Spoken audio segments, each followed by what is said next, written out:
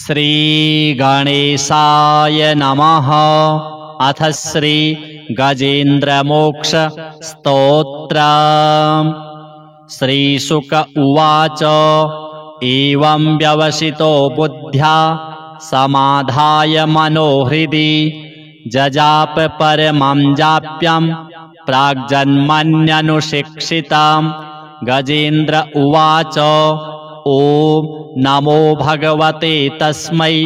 यत एतच्चिदात्मकं पुरुषायादिबीजाय परेशायाभिधीमहि यस्मिन्निदं यतश्चेदं येनेदं य इदं स्वयं योऽस्मात् परस्माच्च परस्तं प्रपद्ये स्वयं भुवं यः स्वात्मनीदं निजमाययार्पितं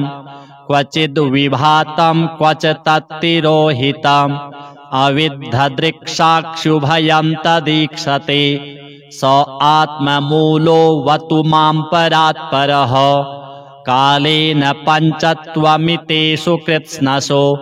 लोकेषु पालेषु च सर्वहेतुषु तमस्तदासीद् गहनं गभीरं यस्तस्य पारेऽभिविराजते विभुः न यस्य देवा ऋषयः पदं विदुर् जन्तुः पुनः कोऽर्हति गन्तुमीरितुं यथा नटस्याकृतिभिर्विचेष्टतो दुरत्ययानुक्रमणः समावतु दिदृक्षवो यस्य पदं सुमङ्गलं विमुक्तसङ्गा मुनयः सुसाधवः चरन्त्यलोकव्रतमव्रणं वने भूतात्मभूतः सुहृदः समे गतिः न विद्यते यस्य च जन्म कर्म वा न नाम रूपे गुणदोष एव वा तथापि लोकाप्ययसम्भवाय यः स्वमायया तान्यनुकालमृच्छति तस्मै नमः परेशाय ब्रह्मणेऽनन्तशक्तये अरूपायोरुरूपाय नम आश्चर्यकर्मणे नम आत्मप्रदीपाय साक्षिणे परमात्मने नमो गिरां विदुराय मनसश्चेतसामपि सत्त्वेन प्रतिलभ्याय नैष्कर्मेण विपश्चिता नमः कैवल्यनाथाय निर्वाणसुखसंविदे नमः शान्ताय घोराय मूढाय गुणधर्मिणे निर्विशेषाय साम्याय नमो ज्ञानघनाय च क्षेत्रज्ञाय नमस्तुभ्यं सर्वाध्यक्षाय साक्षिणे पुरुषायात्ममूलाय मूलप्रकृतये नमः सर्वेन्द्रियगुणदृष्टे सर्वप्रत्ययहेतवे असताच्छाय योक्ताय सदाभासाय ते नमः नमो नमस्तेऽखिलकारणाय निष्कारणायाद्भुतकारणाय सर्वागमाम्नाय महार्णवाय नमोपवर्गाय परायणाय गुणारणिच्छन्नचिदूष्मपाय तत्क्षोभविस्फूर्जितमानसाय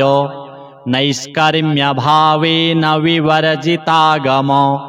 स्वयं प्रकाशाय नमस्करोमि मादृक्प्रपन्नपशुपाशविमोक्षणाय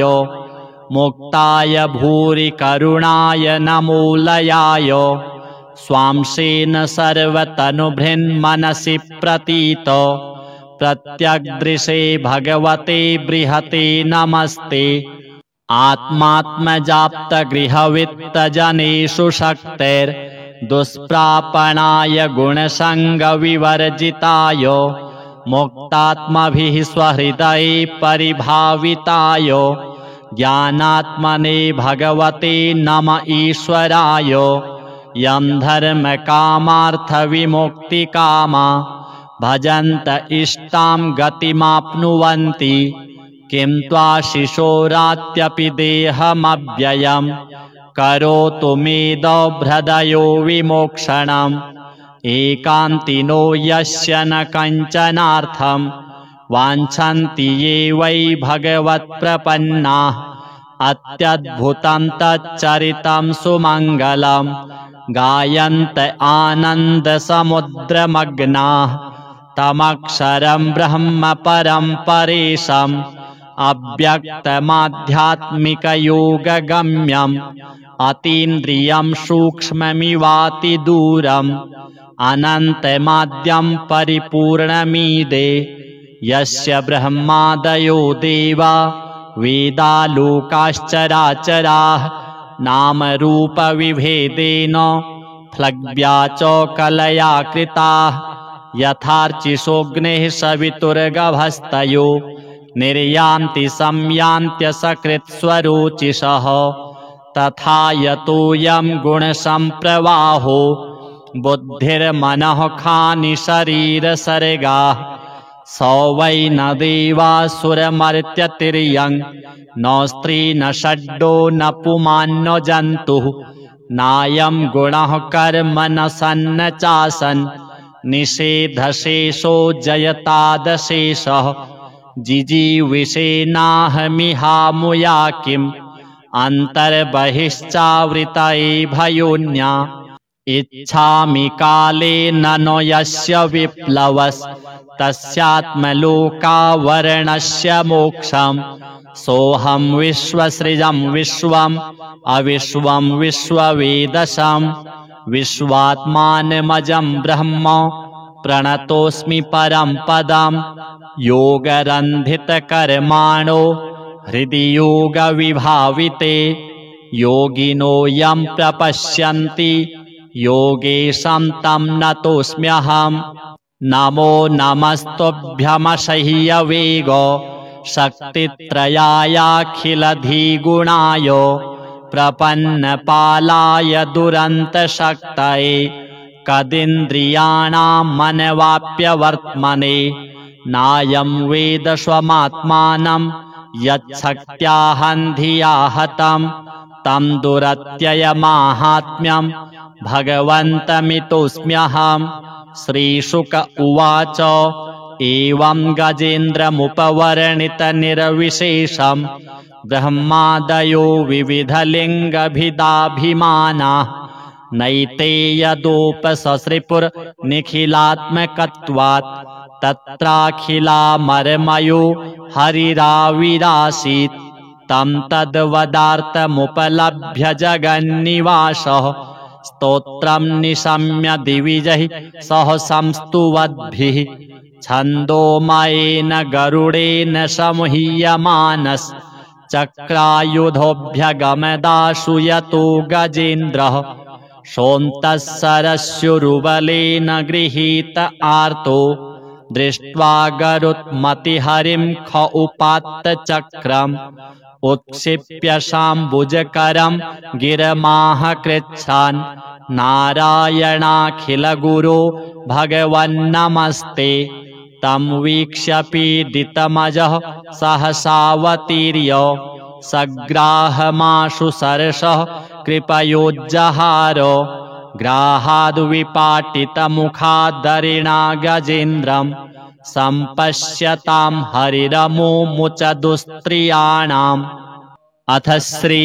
विष्णु अष्टोत्तरशतनाम स्तोत्रम् अष्टोत्तरशतं नाम्नां विष्णोरतुलतेजसः यस्य श्रवणमात्रेण नरो नारायणो भवेत् विष्णुर्जिष्णुर्वषट्कारो देवदेवो वृषाकपिः दामोदरो दीनबन्धुः आदिदेवोदितेः सुतः पुण्डरीकः परानन्दः परमात्मा परात्परः परशुधारी विश्वात्मा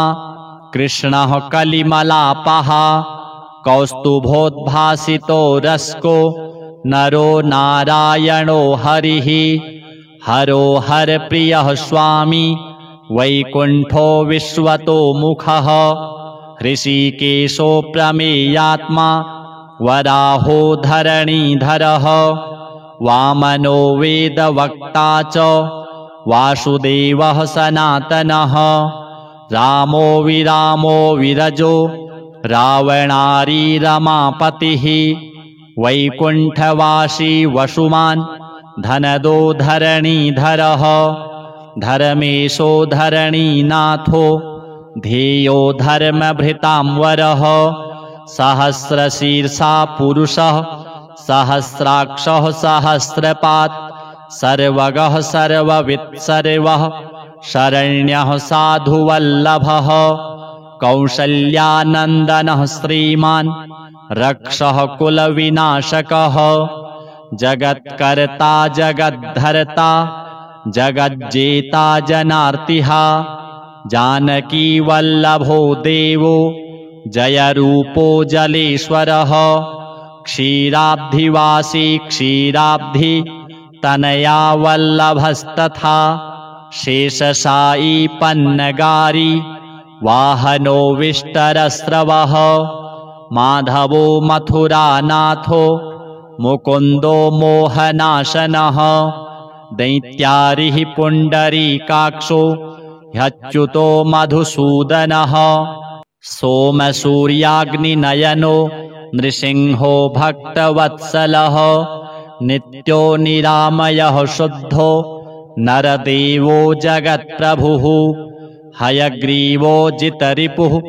उपेन्द्रो रुक्मिणीपतिः सर्वदेवमयः श्रीशः सर्वाधारः सनातनः सौम्यः सौम्यप्रदः स्रष्टा विश्वक्सेनो जनार्दनः यशोदातनयो योगी योगशास्त्रपरायणः रुद्रात्मको रुद्रमूर्तिः राघवो मधुसूदनः इति ते कथितं दिव्यं नाम्नाम् अष्टोत्तरं शतं सर्वपापहरं पुण्यं विष्णोरमिततेजसः दुःखदारिद्र्यदौर्भाग्य नाशनं सुखवर्धनं सर्वसम्पत्करं सौम्यं महापातकनाशनं प्रातरुत्थाय विप्रेन्द्र पठेदेकाग्रमानसः तस्य नश्यन्ति विपदां राशयः सिद्धिमाप्नुयात्। अथ श्री व्यासकृतं पितृस्तोत्रम्। जाबालिरुवाच गुरून् वद महाभागो वेदव्यास जगद्गुरो गुरूणां तारतम्यं च कस्मात् किं फलमुच्यते। व्यास उवाच माता पिता गुरुः श्रेयान् ज्येष्ठभ्राता पितामहः श्वशुरो मातुलश्चैव तथा मातामहः स्मृतः पितुर्ज्येष्ठः कनिष्ठश्च भ्राता ज्येष्ठा निजस्वसा पितुः स्वसा जनन्याश्च स्वसा गुरुजनः स्मृताः पत्न्यः पितामहादीनां तथैव गुरवः स्मृताः एतेषु हि पिता श्रेयान् गुरुरेव महागुरुः पिता धर्मः पिता स्वर्गः पिता हि परमं तपः पितरिप्रीतिमापन्ने प्रीयन्ते सर्वदेवताः पिता यस्य क्वचिदरुष्टो न तस्य कस्यचित् गतिः जपो दानं तपो होमः स्नानं तीर्थक्रियाविधिः वृथैव तस्य सर्वाणि कर्माण्यन्यानि कानिचित् करोति सर्वदेवेशं पितरं चानुतप्ययः अनुतापः पितुस्तीव्रं विषं दहति यं सुतं जपादिविफलं तत्र दग्धक्षित्युक्तबीजवत् पित्रर्थे पुण्यकर्माणि कुर्यात् सर्वाणि सत्सुतः तेनाननुमतोऽप्येवं कुर्वन्नेवावसीदति। यत्नात्तु पितरं यस्तु कियत् पुण्यं च कारयेत् स तत्पुण्यफलं कोटि गुणमाप्नोत्यसंशयम्। शृणु वक्ष्ये पितुः स्तोत्रम् विष्णवे ब्रह्मणोदितं नाभिपद्मोद्भवो येन तुष्टाव पितरं शतम्। ब्रह्मोवाच ॐ नमः पित्रे जन्मदात्रे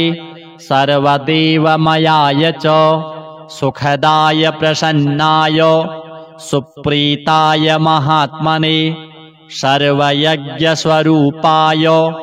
स्वर्गाय परमेष्ठिने सर्वतीर्थावलोकाय करुणासागराय च नमः सदाशुतोषाय शिवरूपाय ते नमः सदापराधक्षमिणे सुखाय सुखदाय च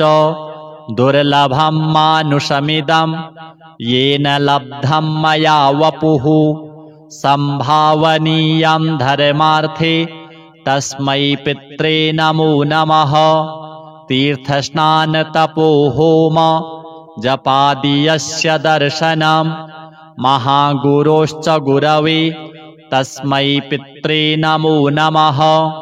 यस्य प्रणामस्तवनात् कोटिशः पितृतर्पणम् अश्वमेधशतैस्तुल्यं तस्मै पित्रे नमो नमः। इदं स्तोत्रं पितुः पुण्यं यः पठेत् प्रयतो नरः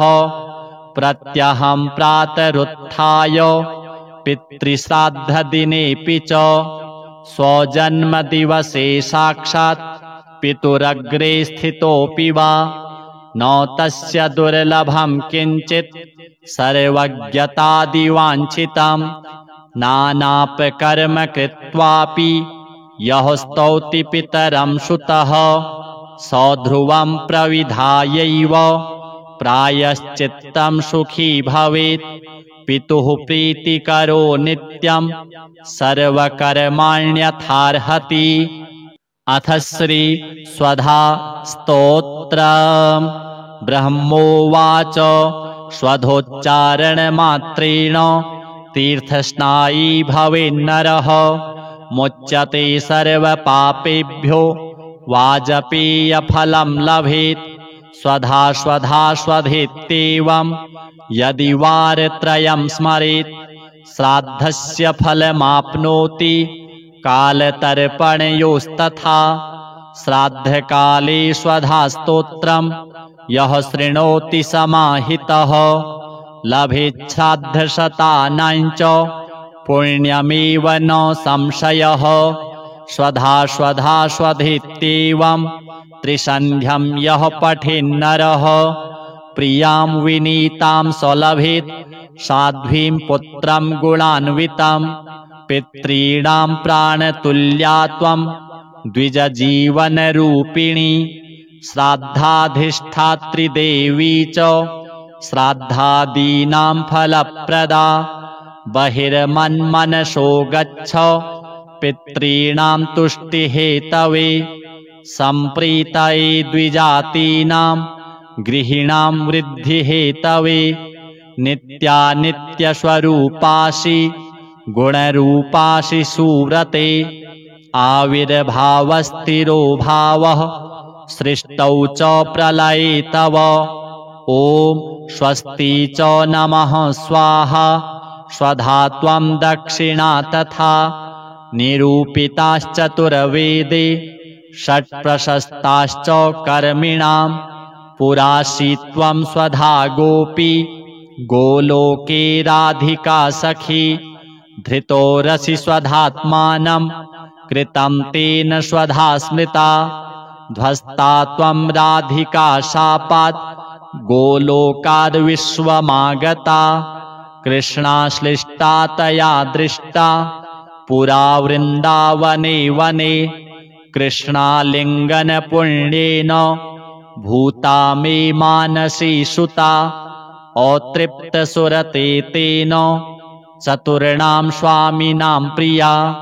स्वाहा सा सुन्दरी गोपी पुरासीद् राधिका सखी रतौ स्वयं कृष्णमाह तेन स्वाहा प्रकीर्तिता कृष्णेन सार्धं शुचिरं वसन्ते रासमण्डले प्रमत्ता सुरते श्लिष्टा दृष्टा सा राधया पुरा तस्याः शापेन साध्वस्ता गोलोकाद् विश्वमागता कृष्णालिङ्गनपुण्येन समभूद्वहनि कामिनी पवित्ररूपा परमादेव आद्यैर्वन्दिता नृभिः यन्नामोच्चारणेनैव नरो मुच्येत पातकात् या सुशीलाभिधा गोपी पुरासीद् राधिका सखी उवाच दक्षिणे क्रोडे कृष्णस्य च महात्मनः प्रोध्वस्ता सा च तच्छापात् गोलोकाद् विश्वमागता कृष्णालिङ्गनपुण्येन सा बभूव च दक्षिणा सा प्रेयसी रतौ दक्षा प्रशस्ता सर्वकर्मसु उवाच दक्षिणे भर्तुर्दक्षिणा तेन कीर्तिता गोप्यो बभूवुस्तिस्रो वै स्वधा स्वाहा च दक्षिणा कर्मिणां कर्म पूर्णार्थं पुरा चैवेश्वरेच्छया इत्येवमुक्त्वा स ब्रह्मा ब्रह्मलोके च संसदि तस्थौ च सहसा सद्यः स्वदाशाविर्बभूवः तदा पितृभ्यः प्रददौ तामेव कमलाननां तां सम्प्राप्य ययुस्ते च पितरश्च प्रहर्षिताः स्वधा स्तोत्रमिदं पुण्यं यः शृणोति समाहितः स स्नातः सर्वतीर्थेषु वेदपाठफलं लभेत्। अथ श्रीमद्भगवद्गीता सप्तमोऽध्यायः। श्रीभगवानुवाच मय्यासक्तमनः पार्थ योगं युञ्जन्मदाश्रयः असंशयं समग्रं मां यथा ज्ञास्यसि तच्छृणु ज्ञानं तेऽहं सविज्ञानम् इदं वक्ष्याम्यशेषतः यज्ज्ञात्वा नेह भूयोऽन्यत् ज्ञातव्यम् अवशिष्यते। मनुष्याणां सहस्रेषु कश्चिद् यतति सिद्धये यततामपि सिद्धानां कश्चिन्मां वेत्ति तत्त्वतः। भूमिरापो नलो वायुः खं मनो बुद्धिरेव च अहंकार इतीयं मे भिन्ना प्रकृतिरष्टधा अपरेयमितस्त्वन्यां प्रकृतिं विद्धि मे परां जीवभूतां महाबाहो य एदं धार्यते जगत् एतद्योनीनि भूतानि सर्वाणीत्युपधारय अहं कृत्स्नस्य जगतः प्रभवः प्रलयस्तथा मत्तः परतरं नान्यत् किञ्चिदस्ति धनञ्जय। मयि सर्वमिदं प्रोतं सूत्रे मणिगणा इव रसोऽहमप्सु कौन्तेय प्रभास्मि शशिसूर्ययोः प्रणवः सर्ववेदेषु शब्दः खे पौरुषं नृषु पुण्यो गन्धः पृथिव्यां च तेजश्चास्मि विभावसौ जीवनं सर्वभूतेषु तपश्चास्मि तपस्विषु बीजं मां सर्वभूतानां विद्धि पार्थ सनातनं बुद्धिर्बुद्धिमतामस्मि तेजस्तेजस्विनामहं बलं बलवतां चाहं कामरागविवर्जितं धर्माविरुद्धो भूतेषु कामोऽस्मि भरतर्षभ। ये चैव सात्विका भावा राजसास्तामसाश्च ये मत्त एवेति तान् विद्धि न त्वहं तेषु ते मयि त्रिभिर्गुणमयैर्भावैः एभिः सर्वमिदं जगत् मोहितं नाभिजानाति मामेभ्यः परमव्ययम् दैवी हेषा गुणमयी मम माया दुरत्यया मामेव ये प्रपद्यन्ते मायामेतां तरन्ति ते न मां दुष्कृतिनो मूढाः प्रपद्यन्ते नराधमाः माययापहृतज्ञाना आसुरं भावमाश्रिताः चतुर्विधा भजन्ते मां जनाः सुकृतिनोऽर्जुन आर्तो जिज्ञासुरर्थार्थी ज्ञानी च भरतर्षभ तेषां ज्ञानी नित्ययुक्तो एकभक्तिर्विशिष्यते प्रियो हि ज्ञानिनोत्यर्थम् अहं स च मम प्रियः उदाराः सर्व एवैते ज्ञानी त्वात्मैव मे मतम् आस्थितः स हि युक्तात्मा मामेवानुत्तमां गतिं बहूनां जन्मनामन्ते ज्ञानवान् मां प्रपद्यते वासुदेवः सर्वमिति स महात्मा सुदुर्लभः कामैस्तैस्तैर्हृतज्ञानाः प्रपद्यन्तेऽन्यदेवताः तं तं नियममास्थाय प्रकृत्या नियतः स्वया यो यो यां यां तनुं भक्तः श्रद्धयार्चितुमिच्छति तस्य तस्याचलां श्रद्धां तामेव विदधाम्यहम् स तया श्रद्धया युक्तस्तस्याराधनमीहते लभते च ततः कामान् मयैव विहितान् हितान् अन्तवत्तु फलं तेषां तद्भवत्यल्पमेधसां देवान् देवयजो यान्ति मद्भक्ता यान्ति मामपि अव्यक्तं व्यक्तिमापन्नं मन्यन्ते माम बुद्धयः परं भावमजानन्तो ममाव्ययमनुत्तमम् नाहं प्रकाशः सर्वस्य योगमाया समावृतः मूढोऽयं नाभिजानाति लोको मामजमव्ययम् वेदाहं समतीतानि वर्तमानानि चार्जुन भविष्याणि च भूतानि मां तु वेद न कश्चन इच्छाद्वेषसमुत्थेन द्वन्द्वमोहेन भारत सर्वभूतानि सम्मोहं सर्गे यान्ति परन्तप येषां त्वन्तगतं पापं जनानां पुण्यकर्मणां ते द्वन्द्वमोहनिर्मुक्ता भजन्ते मां दृढव्रताः जरामरणमोक्षाय मामाश्रित्य यतन्ति ये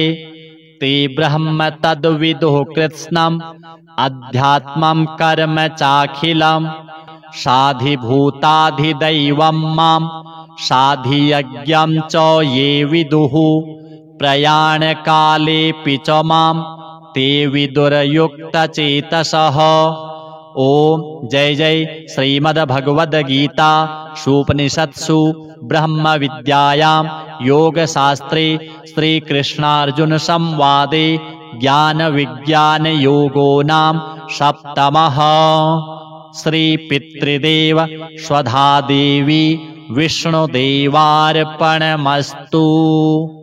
अथ श्री गजेन्द्रमोक्ष स्तोत्रम्। श्रीशुक उवाच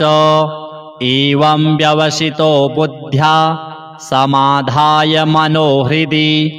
जजाप परमं जाप्यं प्राग्जन्मन्यनुशिक्षितं। गजेन्द्र उवाच ॐ नमो भगवते तस्मै यत् एतच्चिदात्मकं पुरुषायादिबीजाय परेशायाभिधीमहि यस्मिन्निदं यतश्चेदं येनेदं य इदं स्वयं योऽस्मात् परस्माच्च परस्तं प्रपद्ये स्वयं भुवं यः स्वात्मनीदं निजमाययार्पितं क्वचिद् विभातं क्वच तत्तिरोहितम् अविद्धदृक्साक्षुभयं तदीक्षते स आत्ममूलोऽवतु मां परात्परः कालेन पञ्चत्वमितेषु कृत्स्नसो लोकेषु पालेषु च सर्वहेतुषु तमस्तदासीद् गहनं गभीरं यस्तस्य पारेऽभिविराजते विभुः न यस्य देवा ऋषयः पदं विदुर् जन्तुः पुनः कोऽर्हति गन्तुमीरितुं यथा नटस्याकृतिभिर्विचेष्टतो दुरत्ययानुक्रमणः समावतु दिदृक्षवो यस्य पदं सुमङ्गलं विमुक्तसङ्गा मुनयः सुसाधवः चरन्त्यलोकव्रतमव्रणं वने भूतात्मभूतः सुहृदः समे गतिः न विद्यते यस्य च जन्म कर्म वा न नाम रूपे गुणदोष एव वा तथापि लोकाप्ययसम्भवाय यः स्वमायया तान्यनुकालमृच्छति तस्मै नमः परेशाय ब्रह्मणेऽनन्तशक्तये अरूपायोरुरूपाय नम आश्चर्यकर्मणे नम आत्मप्रदीपाय साक्षिणे परमात्मने नमो गिरां विदुराय मनसश्चेतसामपि सत्त्वेन प्रतिलभ्याय नैष्कर्मेण विपश्चिता नमः कैवल्यनाथाय निर्वाणसुखसंविदे नमः शान्ताय घोराय मूढाय गुणधर्मिणे निर्विशेषाय साम्याय नमो ज्ञानघनाय च क्षेत्रज्ञाय नमस्तुभ्यं सर्वाध्यक्षाय साक्षिणे पुरुषायात्ममूलाय मूलप्रकृतये नमः सर्वेन्द्रियगुणदृष्टे सर्वप्रत्ययहेतवे असताच्छाय योक्ताय सदाभासाय ते नमः नमो नमस्तेऽखिलकारणाय निष्कारणायाद्भुतकारणाय सर्वागमाम्नाय महार्णवाय नमोपवर्गाय परायणाय गुणारणिच्छन्नचिदूष्मपाय तत्क्षोभविस्फूर्जितमानसाय नैष्कर्म्यभावेन विवर्जितागम स्वयं प्रकाशाय नमस्करोमि मादृक्प्रपन्नपशुपाशविमोक्षणाय मुक्ताय भूरि करुणाय नमोलयाय स्वांशेन सर्वतनुभृन्मनसि प्रतीत प्रत्यग्दृशे भगवते बृहते नमस्ते आत्मात्मजाप्तगृहवित्तजनेषु शक्तेर्दुष्प्रापणाय गुणसङ्गविवर्जिताय मुक्तात्मभिः स्वहृदये परिभाविताय ज्ञानात्मने भगवते नम ईश्वराय यं धर्मकामार्थविमुक्तिकामा भजन्त इष्टां गतिमाप्नुवन्ति किं त्वाशिशोरात्यपि देहमव्ययं करोतु मेदभृदयो विमोक्षणम् एकान्तिनो यस्य न कञ्चनार्थं वाञ्छन्ति ये वै भगवत्प्रपन्नाः अत्यद्भुतं तच्चरितं सुमङ्गलं गायन्त आनन्दसमुद्रमग्नाः तमक्षरं ब्रह्म परं परेशम् अव्यक्तमाध्यात्मिकयोगगम्यम् अतीन्द्रियं सूक्ष्ममिवातिदूरम् अनन्तमाद्यं परिपूर्णमीदे यस्य ब्रह्मादयो देवा वेदालोकाश्चराचराः नामरूपविभेदेन फ्लग्व्या च कलया कृताः यथार्चिषोऽग्नेः सवितुर्गभस्तयो निर्यान्ति संयान्त्यसकृत्स्वरोचिषः तथा यतोऽयं गुणसम्प्रवाहो बुद्धिर्मनः खानि शरीरसर्गाः स वै न देवासुरमर्त्यतिर्यं न स्त्री न षड्डो न पुमान् न जन्तुः नायं गुणः कर्म न सन्न चासन् निषेधशेषो जयतादशेषः जिजीविषेनाहमिहामुया किम् अन्तर्बहिश्चावृतये भयोन्या इच्छामि कालेन न यस्य विप्लवस्तस्यात्मलोकावरणस्य मोक्षम् सोऽहं विश्वसृजं विश्वम् अविश्वं विश्ववेदशम् विश्वात्मानमजं ब्रह्म प्रणतोऽस्मि परं पदम् योगरन्धितकर्माणो हृदि योगविभाविते योगिनो यं प्रपश्यन्ति योगेशं तं नतोऽस्म्यहम् नमो नमस्तुभ्यमसह्यवेग शक्तित्रयायाखिलधिगुणाय प्रपन्नपालाय दुरन्तशक्तये कदिन्द्रियाणां मनवाप्यवर्त्मने नायं वेद स्वमात्मानं यच्छक्त्याहन्धिया हतं तं दुरत्ययमाहात्म्यं भगवन्तमितोऽस्म्यहम् श्रीशुक उवाच एवं गजेन्द्रमुपवर्णितनिर्विशेषं ब्रह्मादयो विविधलिङ्गभिदाभिमानाः नैते यदोपससृपुर्निखिलात्मकत्वात् तत्राखिलामरमयो हरिराविरासीत् तं तद्वदार्थमुपलभ्य जगन्निवासः स्तोत्रं निशम्य दिविजैः सह संस्तुवद्भिः छन्दोमयेन गरुडेन संह्यमानश्चक्रायुधोऽभ्यगमदाशु यतो गजेन्द्रः सोऽन्तः सरस्युरुबलेन गृहीत आर्तो दृष्ट्वा गरुत्मतिहरिं ख उपात्तचक्रम् उत्क्षिप्य शाम्बुजकरं गिरमाह कृच्छान् नारायणाखिलगुरो भगवन्नमस्ते तं वीक्ष्य पीडितमजः सहसावतीर्य सग्राहमाशु सरसः कृपयोज्जहार ग्राहाद्विपाटितमुखादरिणा गजेन्द्रं सम्पश्यतां हरिरमुमुच दुस्त्रियाणाम् अथ श्री विष्णु अष्टोत्तरशतनाम स्तोत्रम्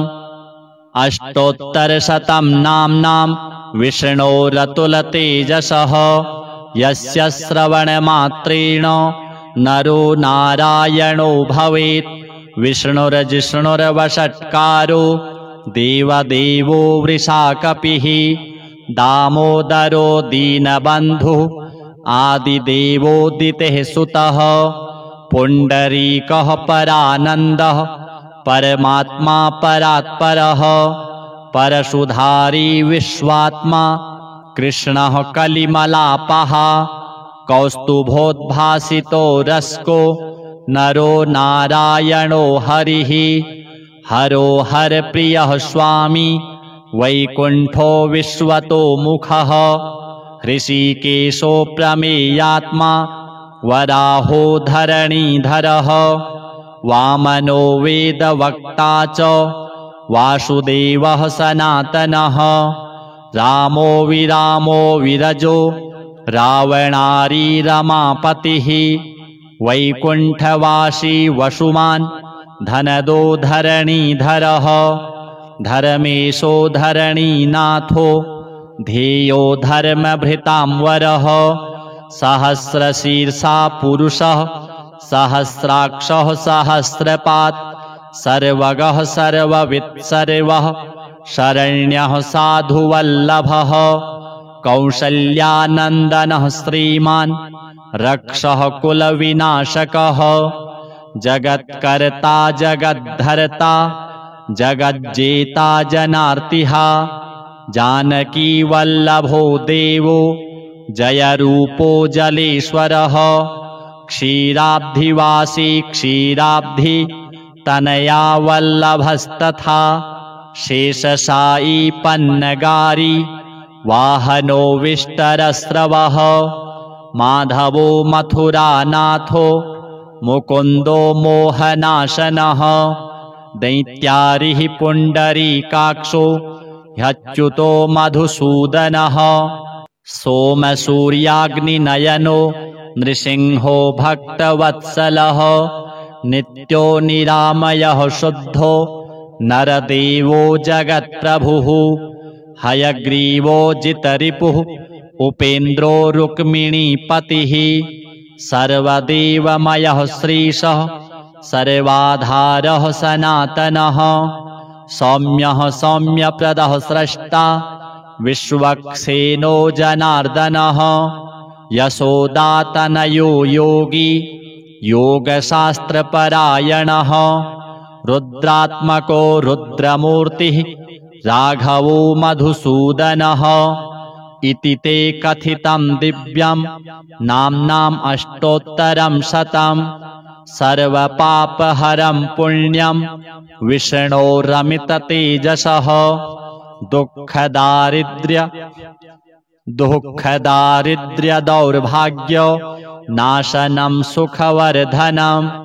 सर्वसम्पत्करं सौम्यं महापातकनाशनं प्रातरुत्थाय विप्रेन्द्र पठेदेकाग्रमानसः तस्य नश्यन्ति विपदां राशयः सिद्धिमाप्नुयात्। अथ श्री व्यासकृतं पितृस्तोत्रम्।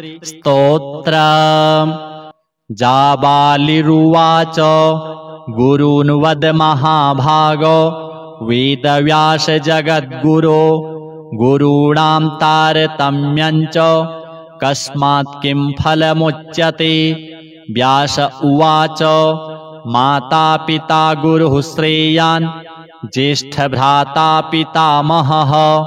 श्वशुरो मातुलश्चैव तथा मातामहः स्मृतः पितुर्ज्येष्ठः कनिष्ठश्च भ्राता ज्येष्ठा निजस्वसा पितुः स्वसा जनन्याश्च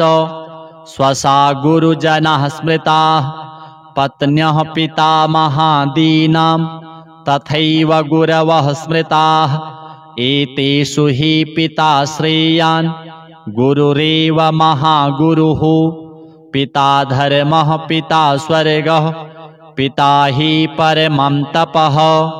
पितरिप्रीतिमापन्ने प्रीयन्ते सर्वदेवताः पिता यस्य क्वचिदरुष्टो न तस्य कस्यचित् गतिः जपोदानं तपो होमः स्नानं तीर्थक्रियाविधिः वृथैव तस्य सर्वाणि कर्माण्यन्यानि कानिचित् करोति सर्वदेवेशं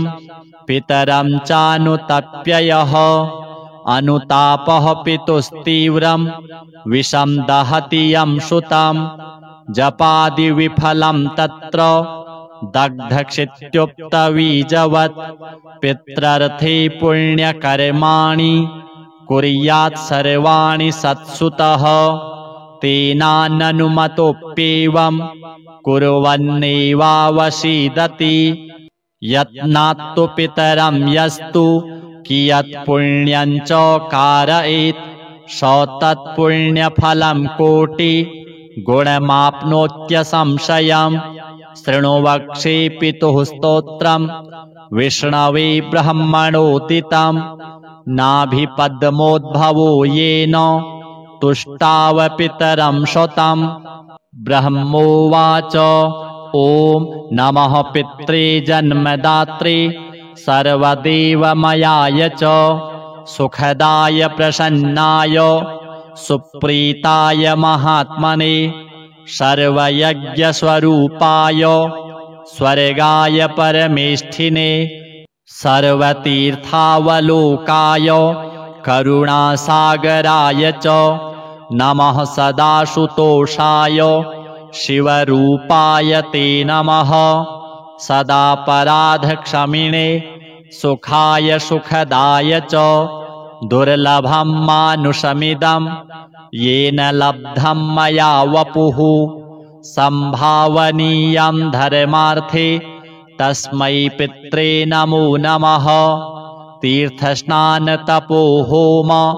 जपादियस्य दर्शनं महागुरोश्च गुरवे तस्मै पित्रे नमो नमः यस्य प्रणामस्तवनात् कोटिशः पितृतर्पणम् अश्वमेधशतैस्तुल्यं तस्मै पित्रे नमो नमः इदं स्तोत्रं पितुः पुण्यं यः पठेत् प्रयतो नरः प्रत्यहं प्रातरुत्थाय पितृश्राद्धदिनेऽपि च स्वजन्मदिवसे साक्षात् पितुरग्रे स्थितोऽपि वा न तस्य दुर्लभं किञ्चित् सर्वज्ञतादिवाञ्छितं नानापकर्म कृत्वापि यः स्तौति पितरं सुतः सध्रुवं प्रविधायैव प्रायश्चित्तं सुखी भवेत् पितुः प्रीतिकरो नित्यं सर्वकर्माण्यथार्हति। अथ श्री स्वधा स्तोत्रम्। ब्रह्मोवाच स्वधोच्चारणमात्रेण तीर्थस्नायी भवेन्नरः मुच्यते सर्वपापेभ्यो वाजपेयफलं लभेत् स्वधा स्वधा स्वधेत्येवं यदि वारत्रयं स्मरेत् श्राद्धस्य फलमाप्नोति कालतर्पणयोस्तथा श्राद्धकाले स्वधा स्तोत्रं यः शृणोति समाहितः लभेत् श्राद्धशतानां च पुण्यमेव न संशयः स्वधा स्वधा स्वधेत्येवं त्रिसन्ध्यं यः पठेन्नरः प्रियां विनीतां सलभेत् साध्वीं पुत्रं गुणान्वितं पितॄणां प्राणतुल्या त्वं द्विजजीवनरूपिणी श्राद्धाधिष्ठात्री देवी च श्राद्धादीनां फलप्रदा बहिर्मन्मनसो गच्छ पितॄणां तुष्टिहेतवे सम्प्रीतये द्विजातीनां गृहिणां वृद्धिहेतवे नित्यानित्यस्वरूपासि गुणरूपासि सुव्रते आविर्भावस्थिरो भावः सृष्टौ च प्रलये तव ॐ स्वस्ति च नमः स्वाहा स्वधा त्वं दक्षिणा तथा निरूपिताश्चतुर्वेदे षट्प्रशस्ताश्च कर्मिणां पुरासि त्वं स्वधा गोपी गोलोके राधिका सखी धृतोरसि स्वधात्मानं कृतं तेन स्वधा स्मृता ध्वस्ता त्वं राधिका शापात् गोलोकाद् विश्वमागता कृष्णाश्लिष्टा तया दृष्टा पुरा वृन्दावने वने कृष्णालिङ्गनपुण्येन भूता मे मानसी सुता अतृप्तसुरते तेन चतुर्णां स्वामिनां प्रिया स्वाहा सा सुन्दरी गोपी पुरासीद् राधिका सखी रतौ स्वयं कृष्णमाह तेन स्वाहा प्रकीर्तिता कृष्णेन सार्धं शुचिरं वसन्ते रासमण्डले प्रमत्ता सुरते श्लिष्टा दृष्टा सा राधया पुरा तस्याः शापेन साध्वस्ता गोलोकाद् विश्वमागता कृष्णालिङ्गनपुण्येन समभूद्वहनि कामिनी पवित्ररूपा परमादेव आद्यैर्वन्दिता नृभिः यन्नामोच्चारणेनैव नरो मुच्येत पातकात् या सुशीलाभिधा गोपी पुरासीद् राधिका सखी उवाच दक्षिणे क्रोडे कृष्णस्य च महात्मनः प्रोध्वस्ता सा च तच्छापात् गोलोकाद् विश्वमागता कृष्णालिङ्गन पुण्येन सा बभूव च दक्षिणा सा प्रेयसी रतौ दक्षा प्रशस्ता सर्वकर्मसु उवाच दक्षिणे भर्तुर्दक्षिणा तेन कीर्तिता गोप्यो बभूवुस्तिस्रो वै स्वधा स्वाहा च दक्षिणा कर्मिणां कर्म पूर्णार्थं पुरा चैवेश्वरेच्छया इत्येवमुक्त्वा स ब्रह्मा ब्रह्मलोके च संसदि तस्थौ च सहसा सद्यः स्वदाशाविर्बभूवः तदा पितृभ्यः प्रददौ तामेव कमलाननां तां सम्प्राप्य ययुस्ते च पितरश्च प्रहर्षिताः स्वधा स्तोत्रमिदं पुण्यं यः शृणोति समाहितः स स्नातः सर्वतीर्थेषु वेदपाठफलं लभेत्। अथ श्रीमद्भगवद्गीता सप्तमोऽध्यायः। श्रीभगवानुवाच मय्यासक्तमनः पार्थ योगं युञ्जन्मदाश्रयः असंशयं समग्रं मां यथा ज्ञास्यसि तच्छृणु ज्ञानं तेऽहं सविज्ञानम् इदं वक्ष्याम्यशेषतः यज्ज्ञात्वा नेह भूयोऽन्यत् ज्ञातव्यम् अवशिष्यते। मनुष्याणां सहस्रेषु कश्चिद् यतति सिद्धये यततामपि सिद्धानां कश्चिन्मां वेत्ति तत्त्वतः। भूमिरापो नलो वायुः खं मनो बुद्धिरेव च अहंकार इतीयं मे भिन्ना प्रकृतिरष्टधा अपरेयमितस्त्वन्यां प्रकृतिं विद्धि मे परां जीवभूतां महाबाहो य एदं धार्यते जगत् एतद्योनीनि भूतानि सर्वाणीत्युपधारय अहं कृत्स्नस्य जगतः प्रभवः प्रलयस्तथा मत्तः परतरं नान्यत् किञ्चिदस्ति धनञ्जय। मयि सर्वमिदं प्रोतं सूत्रे मणिगणा इव रसोऽहमप्सु कौन्तेय प्रभास्मि शशिसूर्ययोः प्रणवः सर्ववेदेषु शब्दः खे पौरुषं नृषु पुण्यो गन्धः पृथिव्यां च तेजश्चास्मि विभावसौ जीवनं सर्वभूतेषु तपश्चास्मि तपस्विषु बीजं मां सर्वभूतानां विद्धि पार्थ सनातनं बुद्धिर्बुद्धिमतामस्मि तेजस्तेजस्विनामहं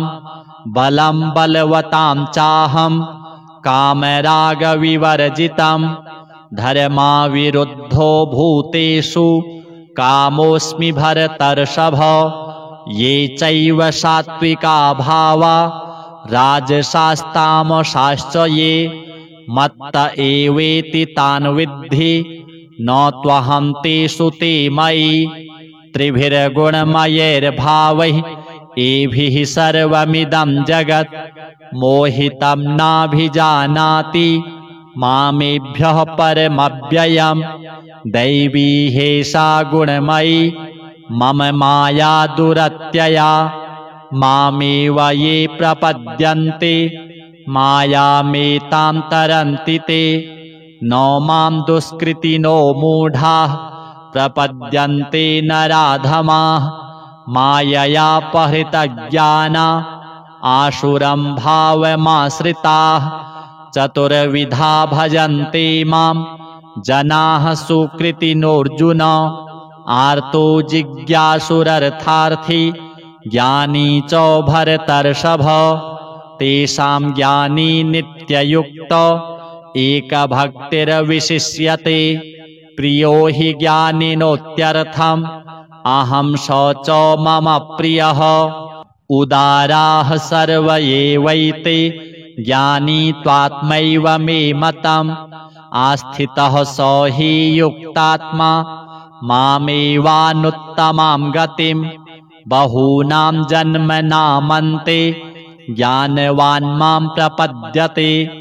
वासुदेवः सर्वमिति स महात्मा सुदुर्लभः कामैस्तैस्तैर्हृतज्ञानाः प्रपद्यन्तेऽन्यदेवताः तं तं नियममास्थाय प्रकृत्या नियतः स्वया यो यो यां यां तनुं भक्तः श्रद्धयार्चितुमिच्छति तस्य तस्याचलां श्रद्धां तामेव विदधाम्यहम्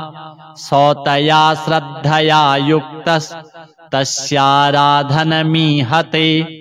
लभते च ततः कामान् मयैव विहितान् हितान् अन्तवत्तु फलं तेषां तद्भवत्यल्पमेधसां देवान् देवयजो यान्ति मद्भक्ता यान्ति मामपि अव्यक्तं व्यक्तिमापन्नं मन्यन्ते माम बुद्धयः परं भावमजानन्तो ममाव्ययमनुत्तमं नाहं प्रकाशः सर्वस्य योगमाया समावृतः मूढोऽयं नाभिजानाति लोको मामजमव्ययम् वेदाहं समतीतानि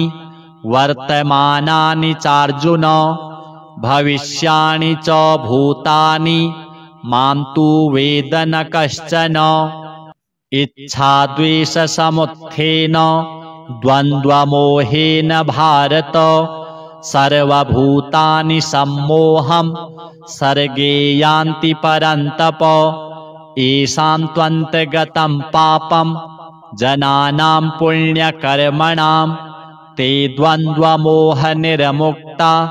भजन्ते मां दृढव्रताः जरामरणमोक्षाय मामाश्रित्य यतन्ति ये ते ब्रह्म तद्विदुः कृत्स्नम् अध्यात्मं कर्म चाखिलं साधिभूताधिदैवं मां साधियज्ञं च ये विदुः प्रयाणकालेऽपि च मां ते विदुर्युक्तचेतसः। ओम जय जय श्रीमद्भगवद्गीता सूपनिषत्सु ब्रह्म विद्यायां योगशास्त्रे श्रीकृष्णार्जुन संवादे ज्ञान विज्ञान योगो नाम सप्तमः। श्री पितृदेव स्वधा देवी विष्णुदेवार्पणमस्तु। अथ श्री गजेन्द्रमोक्ष स्तोत्रम्। श्रीशुक उवाच एवं व्यवसितो बुद्ध्या समाधाय मनोहृदि जजाप परमं जाप्यं प्राग्जन्मन्यनुशिक्षितं। गजेन्द्र उवाच ॐ नमो भगवते तस्मै यत् एतच्चिदात्मकं पुरुषायादिबीजाय परेशायाभिधीमहि यस्मिन्निदं यतश्चेदं येनेदं य इदं स्वयं योऽस्मात् परस्माच्च परस्तं प्रपद्ये स्वयं भुवं यः स्वात्मनीदं निजमाययार्पितं क्वचिद् विभातं क्वच तत्तिरोहितम् अविद्धदृक्साक्षुभयं तदीक्षते स आत्ममूलो वतु मां परात्परः। कालेन पञ्चत्वमितेषु कृत्स्नसो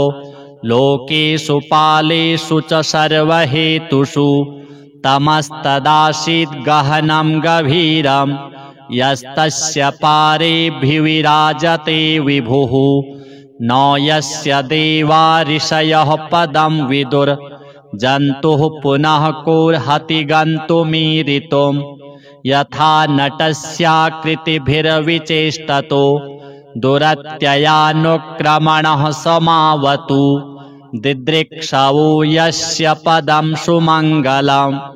विमुक्तसङ्गा मुनयः सुसाधवः चरन्त्यलोकव्रतमव्रणं वने भूतात्मभूतः सुहृदः समे गतिः न विद्यते यस्य च जन्म कर्म वा न नाम रूपे गुणदोष एव वा तथापि लोकाप्ययसम्भवाय यः स्वमायया तान्यनुकालमृच्छति तस्मै नमः परेशाय ब्रह्मणेऽनन्तशक्तये अरूपायोरुरूपाय नम आश्चर्यकर्मणे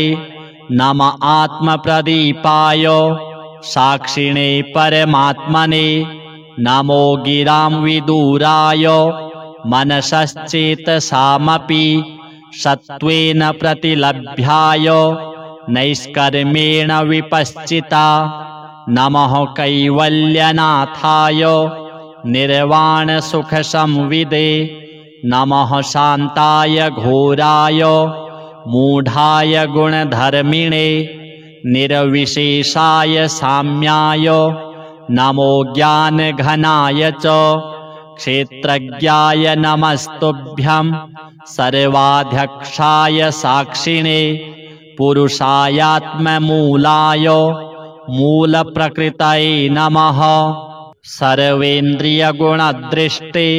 सर्वप्रत्ययहेतवे असताच्छाय योक्ताय सदाभासाय ते नमः नमो नमस्तेऽखिलकारणाय निष्कारणायाद्भुतकारणाय सर्वागमाम्नाय महार्णवाय नमोपवर्गाय परायणाय गुणारणिच्छन्नचिदूष्मपाय तत्क्षोभविस्फूर्जितमानसाय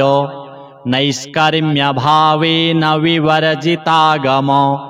स्वयं प्रकाशाय नमस्करोमि मादृक्प्रपन्नपशुपाशविमोक्षणाय मुक्ताय भूरि करुणाय नमोलयाय स्वांशेन सर्वतनुभृन्मनसि प्रतीत प्रत्यग्दृशे भगवते बृहते नमस्ते आत्मात्मजाप्तगृहवित्तजनेषु शक्तिर्दुष्प्रापणाय गुणसङ्गविवर्जिताय मुक्तात्मभिः स्वहृदये परिभाविताय ज्ञानात्मने भगवते नम ईश्वराय यं धर्मकामार्थविमुक्तिकामा भजन्त इष्टां गतिमाप्नुवन्ति किं त्वाशिशोरात्यपि देहमव्ययं करोतु मेदभृदयो विमोक्षणम् एकान्तिनो यस्य न कञ्चनार्थं वाञ्छन्ति ये वै भगवत्प्रपन्नाः अत्यद्भुतं तच्चरितं सुमङ्गलं गायन्त आनन्दसमुद्रमग्नाः तमक्षरं ब्रह्म परं परेशम् अव्यक्तमाध्यात्मिकयोगगम्यम् अतीन्द्रियं सूक्ष्ममिवातिदूरम् अनन्तमाद्यं परिपूर्णमीदे यस्य ब्रह्मादयो देवा वेदालोकाश्चराचराः नामरूपविभेदेन फ्लग्व्या च कलया कृताः यथार्चिषोऽग्नेः सवितुर्गभस्तयो निर्यान्ति संयान्त्यसकृत्स्वरोचिषः तथा यतोऽयं गुणसम्प्रवाहो बुद्धिर्मनः खानि शरीरसर्गाः स वै न देवासुरमर्त्यतिर्यं न स्त्री न षड्डो न पुमान् न जन्तुः नायं गुणः कर्म न सन्न चासन् निषेधशेषो जयतादशेषः जिजीविषेनाहमिहामुया किम् अन्तर्बहिश्चावृतये भयोन्या इच्छामि काले ननो यस्य विप्लवस्तस्यात्मलोकावरणस्य मोक्षम् सोऽहं विश्वसृजं विश्वम् अविश्वं विश्ववेदशम् विश्वात्मानमजं ब्रह्म प्रणतोऽस्मि परं पदम् योगरन्धितकर्माणो हृदि योगविभाविते योगिनो यं प्रपश्यन्ति योगेशं तं नतोऽस्म्यहम् नमो नमस्तुभ्यमसह्यवेग शक्तित्रयायाखिलधिगुणाय प्रपन्नपालाय दुरन्तशक्तये कदिन्द्रियाणां मनवाप्यवर्त्मने नायं वेद स्वमात्मानं यच्छक्त्याहन्धिया हतं तं दुरत्ययमाहात्म्यं भगवन्तमितोऽस्म्यहम् श्रीशुक उवाच एवं गजेन्द्रमुपवर्णितनिर्विशेषं ब्रह्मादयो विविधलिङ्गभिदाभिमानाः नैते यदोपससृपुर्निखिलात्मकत्वात् तत्राखिलामरमयो हरिराविरासीत् तं तद्वदार्थमुपलभ्य जगन्निवासः स्तोत्रं निशम्य दिविजैः सह संस्तुवद्भिः छन्दोमयेन गरुडेन संह्यमानश्चक्रायुधोऽभ्यगमदाशु यतो गजेन्द्रः सोऽन्तः सरस्युरुबलेन गृहीत आर्तो दृष्ट्वा गरुत्मतिहरिं ख उपात्तचक्रम् उत्क्षिप्य शाम्बुजकरं गिरमाह कृच्छान् नारायणाखिलगुरो भगवन्नमस्ते तं वीक्ष्य पीडितमजः सहसावतीर्य सग्राहमाशु सरसः कृपयोज्जहार ग्राहाद्विपाटितमुखादरिणा गजेन्द्रं सम्पश्यतां हरिरमुमुच दुस्त्रियाणाम् अथ श्री विष्णु अष्टोत्तरशतनाम स्तोत्रम् अष्टोत्तरशतं नाम्नां विष्णोरतुलतेजसः यस्य श्रवणमात्रेण नरो नारायणो भवेत् विष्णुर्जिष्णुर्वषट्कारो देवदेवो वृषाकपिः दामोदरो दीनबन्धुः आदिदेवोदितेः सुतः पुण्डरीकः परानन्दः परमात्मा परात्परः परशुधारी विश्वात्मा कृष्णः कलिमलापः कौस्तुभोद्भासितो रस्को नरो नारायणो हरिः हरो हरप्रियः स्वामी वैकुण्ठो विश्वतो मुखः ऋषिकेशो प्रमेयात्मा वराहो धरणीधरः वामनो वेदवक्ता च वासुदेवः सनातनः रामो विरामो विरजो रावणारी रमापतिः वैकुण्ठवासी वसुमान् धनदो धरणीधरः धर्मेशो धरणीनाथो ध्येयो धर्मभृतांवरः सहस्रशीर्षा पुरुषः सहस्राक्षः सहस्रपात् सर्वगः सर्ववित् सर्वः शरण्यः साधुवल्लभः कौसल्यानन्दनः श्रीमान् रक्षः कुलविनाशकः जगत्कर्ता जगद्धर्ता जगज्जेता जनार्तिः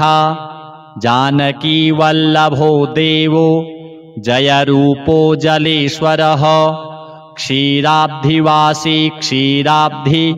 तनया वल्लभस्तथा शेषशायी पन्नगारी वाहनो विष्टरस्रवः माधवो मथुरानाथो मुकुन्दो मोहनाशनः दैत्यारिः पुण्डरीकाक्षो ह्यच्युतो मधुसूदनः सोमसूर्याग्निनयनो नृसिंहो भक्तवत्सलः नित्यो निरामयः शुद्धो नरदेवो जगत्प्रभुः हयग्रीवो जितरिपुः उपेन्द्रो रुक्मिणीपतिः सर्वदेवमयः श्रीशः सर्वाधारः सनातनः सौम्यः सौम्यप्रदः स्रष्टा विश्वक्सेनो जनार्दनः यशोदातनयो योगी योगशास्त्रपरायणः रुद्रात्मको रुद्रमूर्तिः राघवो मधुसूदनः इति ते कथितं दिव्यं नाम्नाम् अष्टोत्तरं शतं सर्वपापहरं पुण्यं विष्णोरमिततेजसः दुःखदारिद्र्यदौर्भाग्य नाशनं सुखवर्धनं सर्वसम्पत्करं सौम्यं महापातकनाशनं प्रातरुत्थाय विप्रेन्द्र पठेदेकाग्रमानसः तस्य नश्यन्ति विपदां राशयः सिद्धिमाप्नुयात्। अथ श्री व्यासकृतं पितृस्तोत्रम्। जाबालिरुवाच गुरून् वद महाभागो वेदव्यास जगद्गुरो गुरूणां तारतम्यञ्च कस्मात् किं फलमुच्यते। व्यास उवाच माता पिता गुरुः श्रेयान् ज्येष्ठभ्राता पितामहः श्वशुरो मातुलश्चैव तथा मातामहः स्मृतः पितुर्ज्येष्ठः कनिष्ठश्च भ्राता ज्येष्ठा निजस्वसा पितुः स्वसा जनन्याश्च स्वसा गुरुजनः स्मृताः पत्न्यः पितामहादीनां तथैव गुरवः स्मृताः एतेषु हि पिता श्रेयान् गुरुरेव महागुरुः पिता धर्मः पिता स्वर्गः पिता हि परमं तपः पितरिप्रीतिमापन्ने प्रीयन्ते सर्वदेवताः पिता यस्य क्वचिदरुष्टो न तस्य कस्यचित् गतिः जपोदानं तपो होमः स्नानं तीर्थक्रियाविधिः वृथैव तस्य सर्वाणि कर्माण्यन्यानि कानिचित् करोति सर्वदेवेशं पितरं चानुतप्ययः अनुतापः पितुस्तीव्रं विषं दहति यं सुतं जपादिविफलं तत्र दग्धक्षित्युक्तबीजवत् पित्रर्थे पुण्यकर्माणि कुर्यात् सर्वाणि सत्सुतः तेनाननुमतोऽप्येवं कुर्वन्नेवावसीदति यत्नात्तु पितरं यस्तु कियत् पुण्यं च कारयेत् स तत्पुण्यफलं कोटि गुणमाप्नोत्यसंशयम् शृणु वक्षे पितुः स्तोत्रम् विष्णवे ब्रह्मणोदितं नाभिपद्मोद्भवो येन तुष्टाव पितरं शतम्। ब्रह्मोवाच ॐ नमः पित्रे जन्मदात्रे सर्वदेवमयाय च सुखदाय प्रसन्नाय सुप्रीताय महात्मने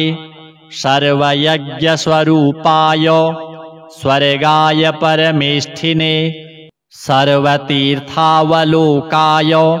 करुणासागराय च नमः सदाशुतोषाय शिवरूपाय ते नमः सदापराधक्षमिणे सुखाय सुखदाय च दुर्लभं मानुषमिदं येन लब्धं मया वपुः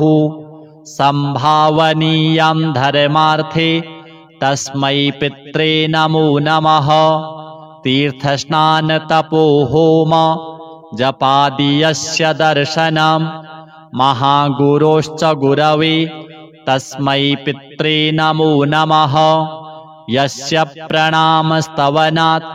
कोटिशः पितृतर्पणम् अश्वमेधशतैस्तुल्यं तस्मै पित्रे नमो नमः। इदं स्तोत्रं पितुः पुण्यं यः पठेत् प्रयतो नरः प्रत्यहं प्रातरुत्थाय पितृश्राद्धदिनेऽपि च स्वजन्मदिवसे साक्षात् पितुरग्रे स्थितोऽपि वा न तस्य दुर्लभं किञ्चित् सर्वज्ञतादिवाञ्छितं नानापकर्म कृत्वापि यः स्तौति पितरं सुतः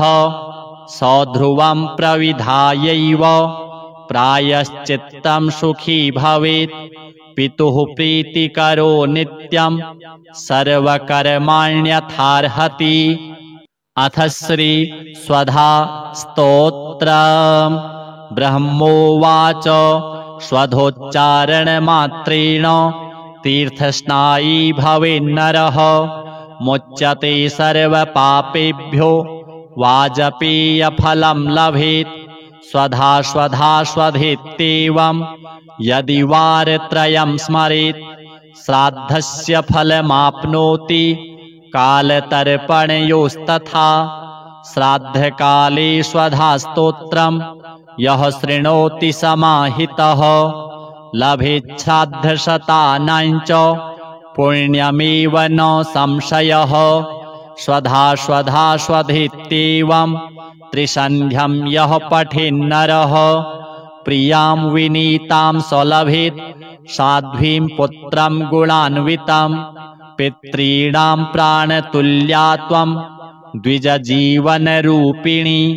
श्राद्धाधिष्ठात्री देवी च श्राद्धादीनां फलप्रदा।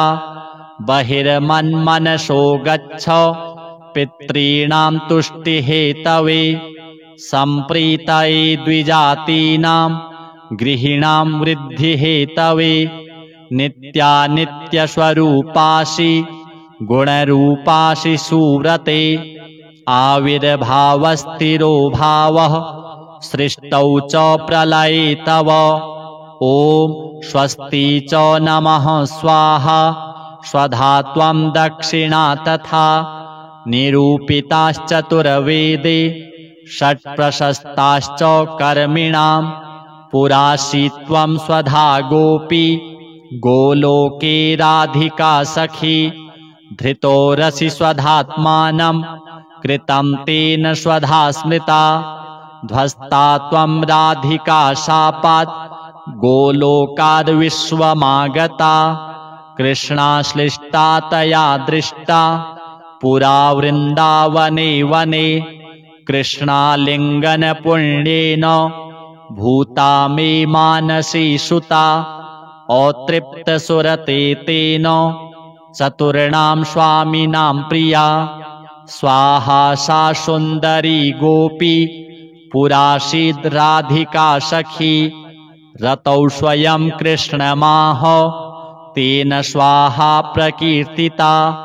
कृष्णेन सार्धं शुचिरं वसन्ते रासमण्डले। प्रमत्ता सुरते श्लिष्टा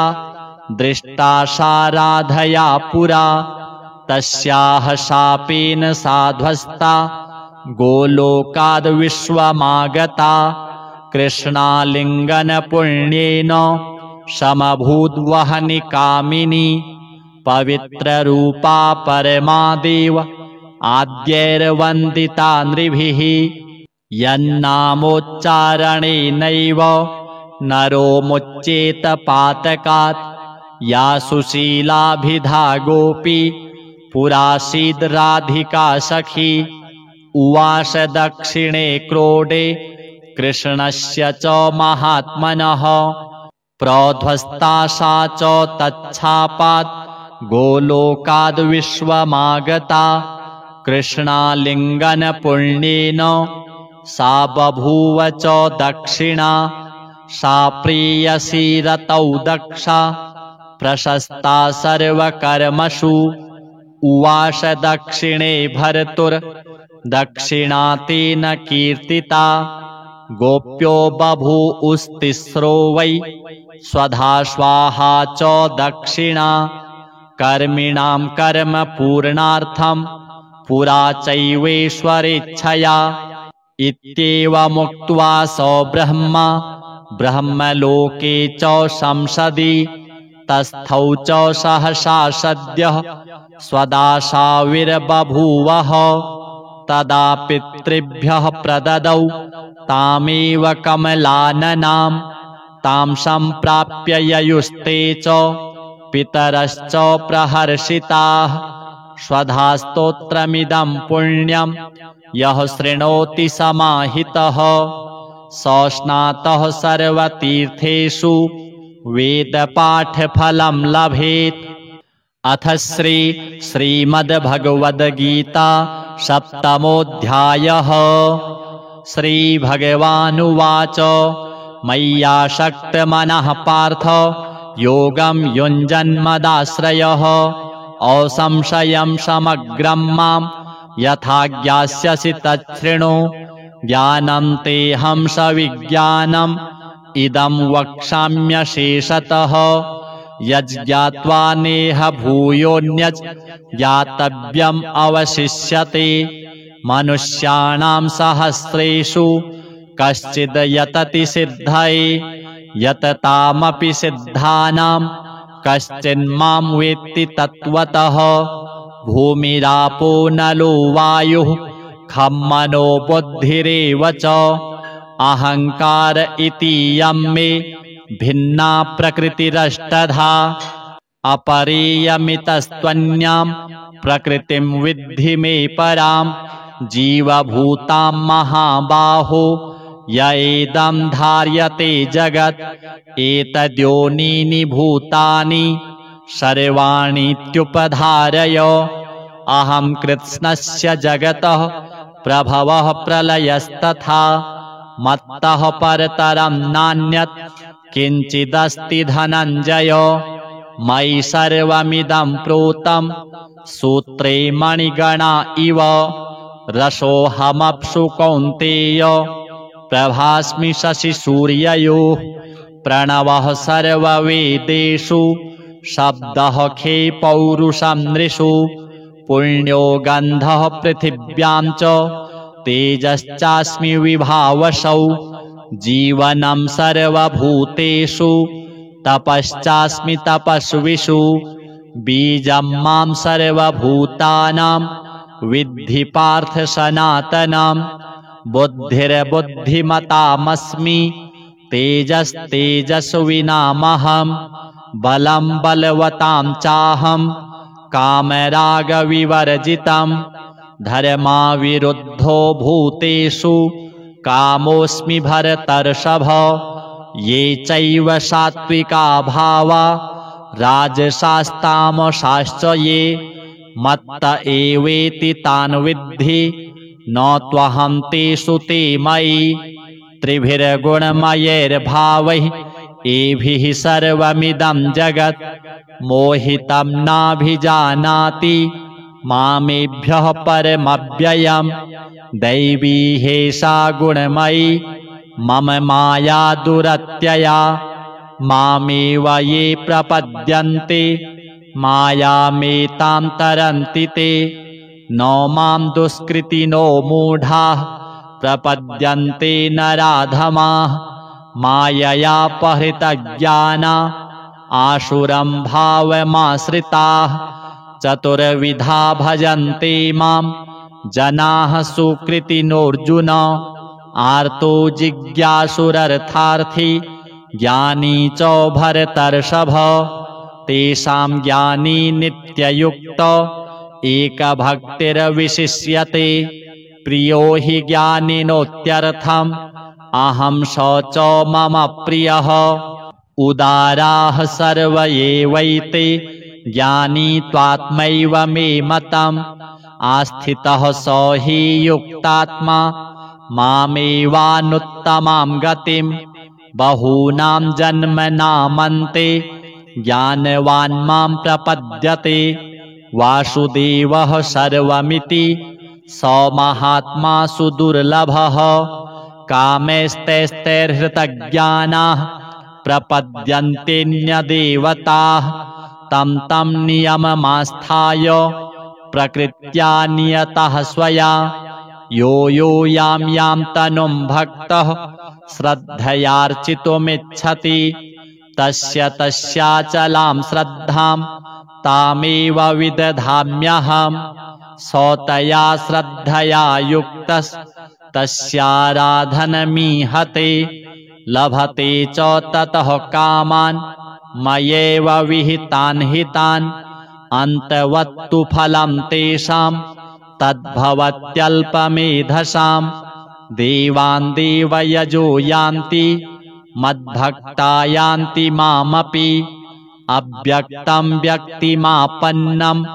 मन्यन्ते माम बुद्धयः परं भावमजानन्तो ममाव्ययमनुत्तमम् नाहं प्रकाशः सर्वस्य योगमाया समावृतः मूढोऽयं नाभिजानाति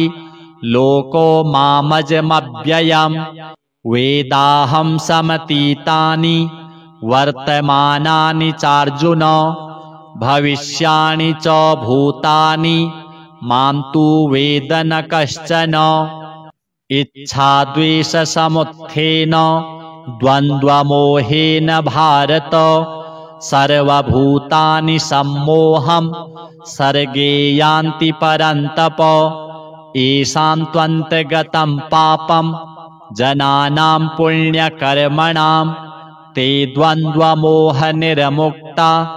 भजन्ते मां दृढव्रताः जरामरणमोक्षाय मामाश्रित्य यतन्ति ये ते ब्रह्म तद्विदुः कृत्स्नम् अध्यात्मं कर्म चाखिलम् साधिभूताधिदैवं मां साधियज्ञं च ये विदुः प्रयाणकालेऽपि च मां ते विदुर्युक्तचेतसः। ओम जय जय श्रीमद्भगवद्गीता सूपनिषत्सु ब्रह्म विद्यायां योगशास्त्रे श्रीकृष्णार्जुन संवादे ज्ञान विज्ञान योगो नाम सप्तमः। श्री पितृदेव स्वधा देवी विष्णुदेवार्पणमस्तु।